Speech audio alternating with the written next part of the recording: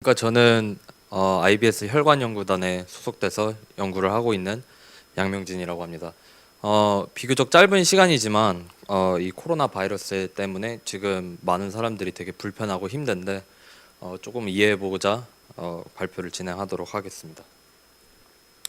먼저 너무 이렇게 좀 무겁게 준비를 한 것 같은데요. 코로나 바이러스란 어떤 것이고 그것의 감염이 어떻게 이루어지고 또 어떻게 치료를 할 것인지에 대해서 얘기를 해보겠습니다. 먼저 작년 12월 31일, 1월 1일 이때 중국 우한시에서 27명의 폐렴 환자가 발생을 했는데요. 이게 이전에 보고되지 않은 것이었고 또 이 중에 대다수가 우한에 있는 화난 수산시장에 접촉을 했었습니다. 이 수산시장은 야생동물을 판매를 하는 곳인데요. 여러 야생동물이 바이러스의 숙주인 것을 감안하면 이곳이 이 바이러스의 진원지이지 않을까 추측해 볼 수 있을 것 같습니다. 또 이게 우한시를 중심으로 중국 내에서 퍼지면서 세계보건기구에서 이 바이러스를 SARS-CoV-2라고 명명을 하였고요. 이것의 감염으로 인해 발생하는 질병을 코로나 바이러스 감염증, 영어로는 코비드-19이라고 부르게 되었습니다. 또 이제 중국에서 그치지 않고 이게 전 세계로 퍼지기 시작하게 되었는데요. 저도 앞서 그 선생님께서 준비해 주신 통계처럼 비슷한 것을 보았는데 이게 100번째 환자가 발생한 이후로 매일마다 그 환자의 증가를 본 것입니다. 보시면 한국 같은 경우에는 2월 중순 3월 말 이때부터 3월부터 굉장히 급격하게 증가를 하다가 오늘 기사를 보니까 오늘은 10,000명 정도에서 어느 정도 안정화된 상태를 취했고요. 반면에 일본 같은 경우는 다시 굉장히 급격하게 증가를 하고 있고 유럽에 있는 여러 나라들이나 또 미국 같은 경우는 벌써 50만 명을 넘겼는데 굉장히 심각한 상황입니다. 네, 그래서 코로나 바이러스란 그럼 무엇인가? 일단 왜 얘네를 코로나 바이러스라고 부르냐 하면 얘네를 전자현미경으로 위에서 봤을 때 이렇게 생겼는데 좀 왕관같이 생겼죠. 그래서 코로나 바이러스라고 부릅니다. 근데 이 바이러스가 좀 저희한테 되게 익숙한데 왜냐하면 그 2000년대 초반 제가 초등학생 때 중국에서 사스가 유행했었는데요. 그것을 일으키는 바이러스도 사스 코로나 바이러스고 또 2012년도에 발병한 중동호흡기 증후군을 일으키는 바이러스도 메르스 코로나 바이러스입니다. 근데 이제 이번 바이러스를 SARS-CoV-2라고 명명한 이유는 2000년대 초반의 사스 바이러스와 서열 및 구조가 굉장히 유사하기 때문인데요. 근데 한 가지 흥미로운 점은 메르스 같은 경우는 치사율이 굉장히 높았어요. 치사율이 굉장히 높은 반면에 전파율은 굉장히 낮았는데 이번 바이러스 같은 경우는 치사율은 낮은데 전파율은 굉장히 높습니다. 근데 왜 이런 현상이 발생하는지에 대해서는 아직 활발히 연구가 진행되고 있고요. 그러면 코로나 바이러스는 어떻게 사람에게 전파되었는가? 원래 코로나 바이러스는 박쥐에 굉장히 많이 기생하고 있다고 알려져 있는데요. 이것이 바로 사람으로 전파되는 것이 아니고 중간 숙주들을 통해서 변형돼서 사람으로 전파되게 됩니다.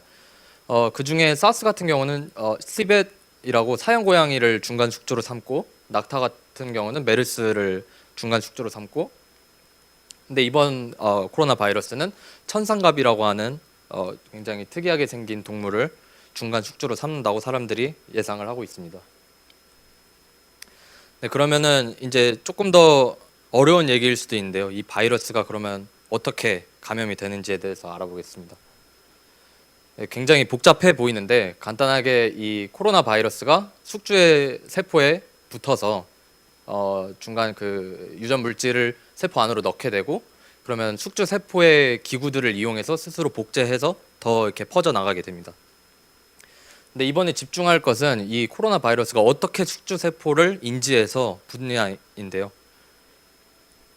이 이번 코로나 바이러스가 인지하는 그 호스트 숙주의 단백질은 ACE2라는 단백질입니다. 이것을 저온 전자 현미경으로 보면 이렇게 ACE2가 세포의 표면에 존재를 하고요. 그것을 바이러스의 S 단백질이 특이적으로 붙어서 이제 붙고 나면은 또 숙주 세포에 있는 단백질 그 분해 효소인 TMPRSS2라는 단백질과 퓨린이라는 단백질이 이 바이러스의 단백질을 가공하게 되고 결과적으로 이렇게 바이러스와 세포가 융합되면서 이 유전 물질이 침입을 하게 되고 복제돼서 퍼져나가게 됩니다. 또 이번 바이러스가 비말을 통해서 감염된다고 생각을 하고 있는데, 그 이유가 이 호흡계에서 그 바이러스의 감염에 굉장히 중요한 앞서 말한 세계 유전자가 굉장히 높은 것을 보았고요. 또 특히 폐렴이 발생하는 폐에서 이제 바이러스가 인지하는 단백질인 ACE2의 발현이 제2형 폐포세포에서 높다는 것을 볼 수 있었습니다. 또 이제 또 다른 중요한 문제로 생각해 볼 것은 이 바이러스가 그러면 사람 외에 다른 동물들을 감염시킬 수 있냐인데요.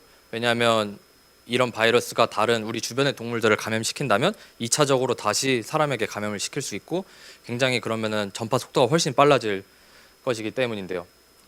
또 최근 뉴스에서 뉴욕에 있는 호랑이도 이 코로나에 감염이 됐다고 하고, 또 개나 고양이들도 감염이 된다는 사례가 보고되었습니다.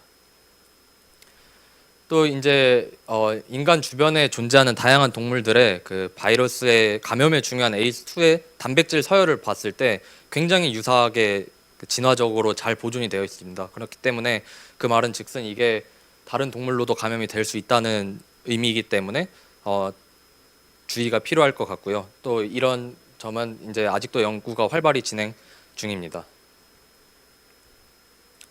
또 이렇게 감염을 하게 되면 우리 몸에서 이 바이러스로부터 보호하기 위해서 면역 반응이란 게 일어나는데요.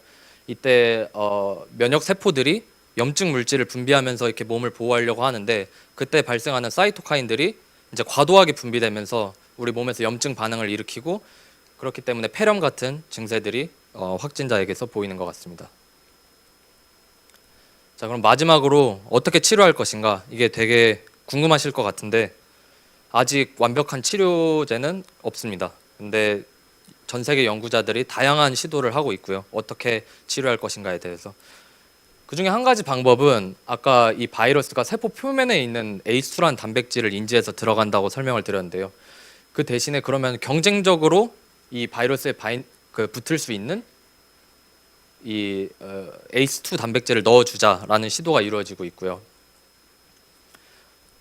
또 하나는 이제 바이러스의 증폭 자체를 억제하자 해서 렘데시비르라는 약이 지금 주목을 받고 있는데, 이것은 에볼라 바이러스의 치료제로 개발됐던 약이고요.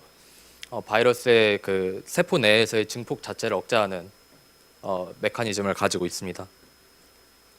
근데 이런 많은 연구자들이 지금 뛰어들어서 이것을 치료하려고 하고 있는데, 하루빨리 인류가 의사들과 과학자들이 모두 힘을 동원해서 하루빨리 치료를 했으면 좋겠고요. 근데 그보다 앞서 선행돼야 될 것은 여기 보이는 맥도날드 로고처럼 이렇게 사회적 거리두기 등을 통해서 사회의 자발적인 참여가, 또 아까 우리가 앞서 배웠듯이 마음병역법 등을 통해서 좀 더 사회 자발적인 참여를 통한 감염의 가능성 자체를 낮추는 그런 것들이 먼저 선행되어야 할 것 같습니다. 여기서 발표를 마치겠습니다. 감사합니다.